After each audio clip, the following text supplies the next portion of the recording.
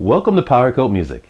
In this presentation, we're going to do a deep dive analysis of the differences between the Zoom R12 and the Zoom R8. Zoom Corporation started back in 1983 and specialized in creating products based on their own proprietary microchip designs. As we know, Zoom has since grown into a leading manufacturer of recording equipment, effects pedals for guitars, and audio for video products, along with multi-effects processors. With the release of the R12, Zoom currently has two different mobile hardware 8-track multi-track recorders on the market simultaneously that are competing with one another.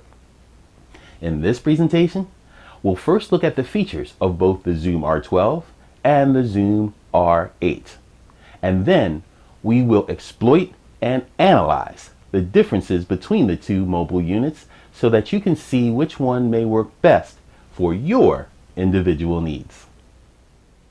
Anyone interested in purchasing one of these two units should be aware of what they can and can't do to avoid buying the unit that may not work best for them.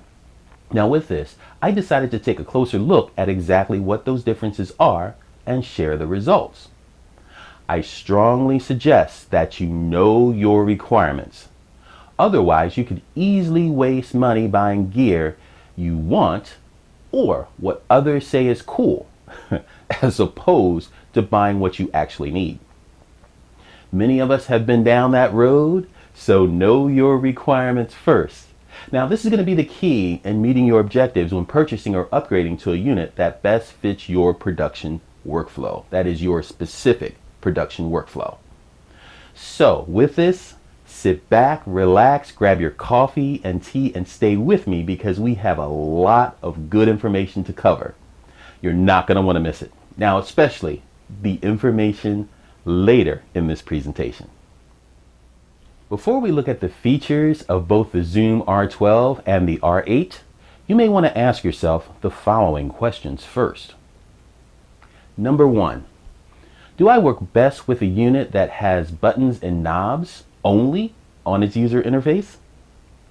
Number two, do I work best with a touchscreen that's like a phone or a tablet to manage my workflow? Number three, do I need a mobile hardware digital recorder with automatic punch in and out? And number four, will I need a mobile unit with a larger amount of SD card space for live performances? If you're shopping for a new mobile hardware multi-track digital recording unit or just looking to make a change, then your answers to these questions will help determine which unit may work best for you. On Zoom's website currently, both the R12 and the R8 retail for $299.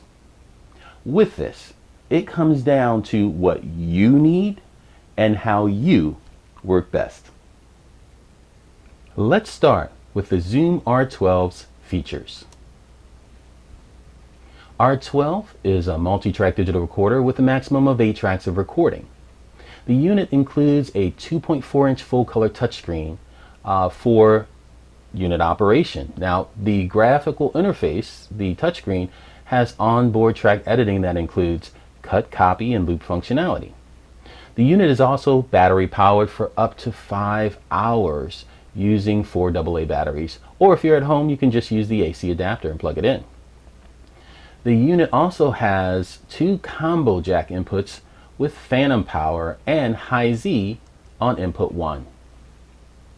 R12 also includes a Syn effects channel with 4 options. You got reverb, delay, and chorus.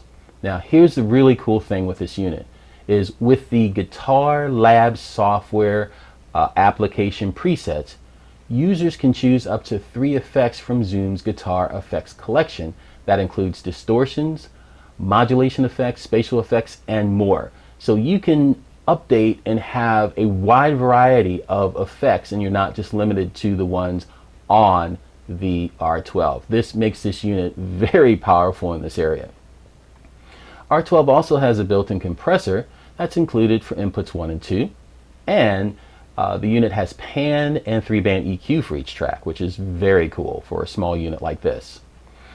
There is a sequence play feature that can be used to create playlists that could be used for things like backing tracks in live settings.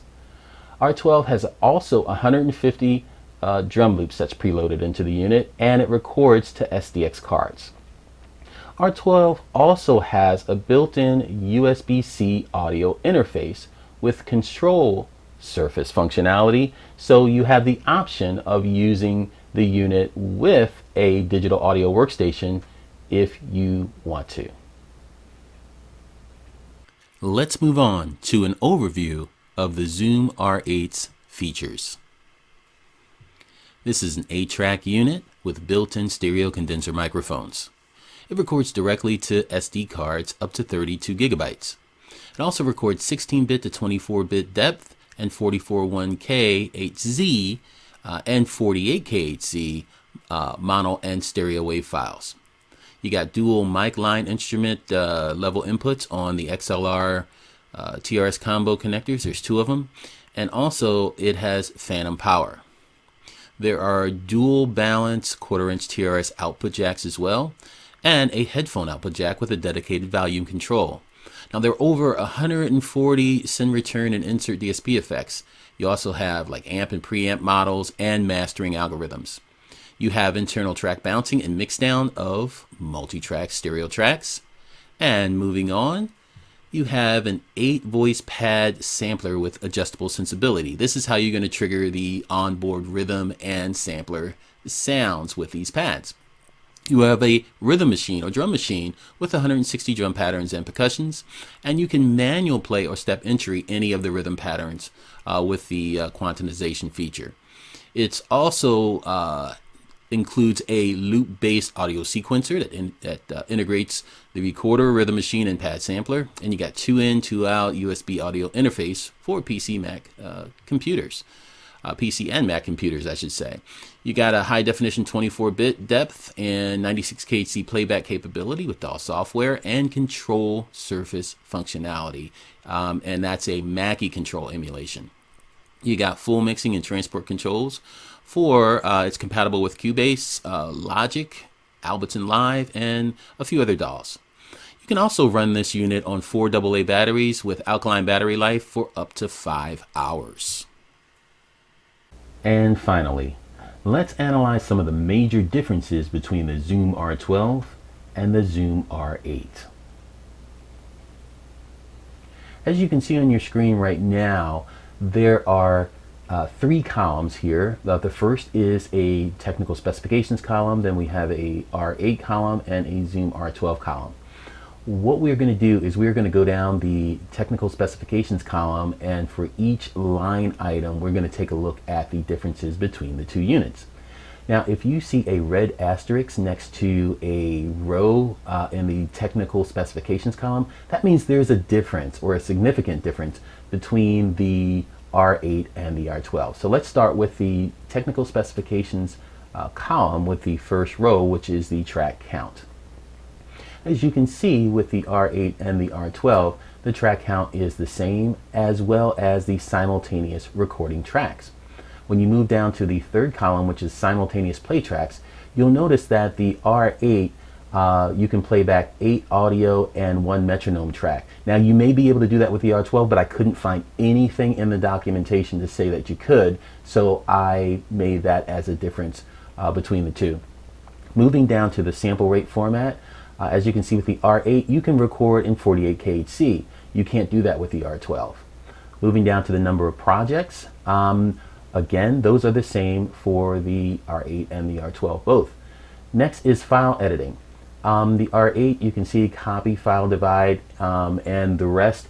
And moving on to R12, you can see R12 is kind of different because it looks at projects and how you edit them, the files in them as regions. So move, copy, paste, split, delete. So that's different in how that unit manages its file editing as opposed to how the R8 does its file editing. Moving on to the effects. As you can see under the R8, Those are the effect specifications, and the Zoom R12s are quite different. You take a second, take a look at that. When it comes next to the next line item of adding effects, now on the Zoom R8 you can't do that, but on the Zoom R12 you can add and manage effects and delete effects with the addition of the Guitar Lab software application. So that is a huge difference between the units. Moving on to tuner and metronome, they both have it. And with the EQ on the next line item, both have 3-band EQs, but the R12's EQ specifications are superior. And those were basically listed out, so I wanted to make sure you had it. The next line item is compression, and they both have it. Moving down to the next line item, which is phantom power. Again, both of the units have it. Let's move on to the next line item, which is going to be the number of mic preamps. They both have the same number of mic preamps. However, the R12's preamps are superior, especially when you look at the specs. It's significant, so that's something to keep in mind. Moving down to the display. The R8 has a 128 by 64 pixel LCD display, and the R12 has a full color touchscreen LCD. So that is a big difference in how the unit's UI functions. So if you like a touchscreen and being able to work like work on a touchscreen tablet or your phone, then the R12 is going to be for you. Otherwise, if you're a more hands-on person, you got to have the knobs and the faders and more buttons, then the R8 is going to be the device that you're probably going to want more. Moving down to the next line item is the pads. The R8 has 8 velocity sensitive pads. R12 does not have pads. Now when it comes to punching in and punching out, like automatically with a foot switch, things like that, the R8 is going to be the unit for you if that is something you have to have. The R12 does not have that. It's old school. You can punch in and out, but it's old school punching in and out. Moving down to the next line item, which is audio interface. As you can see, there are differences here with the R8 and the R12. The R8 sampling frequency, it includes 48, and the R12 does not list that. So you might have it looks like you have a advantage in some areas with the R8 over the R12 in that area. Next is computer connectivity. They both have USB computer connectivity. The R8 is a mini type B, the R12 is a mini type C. Next line item is MIDI. R8 does not have it. The R12 does have MIDI.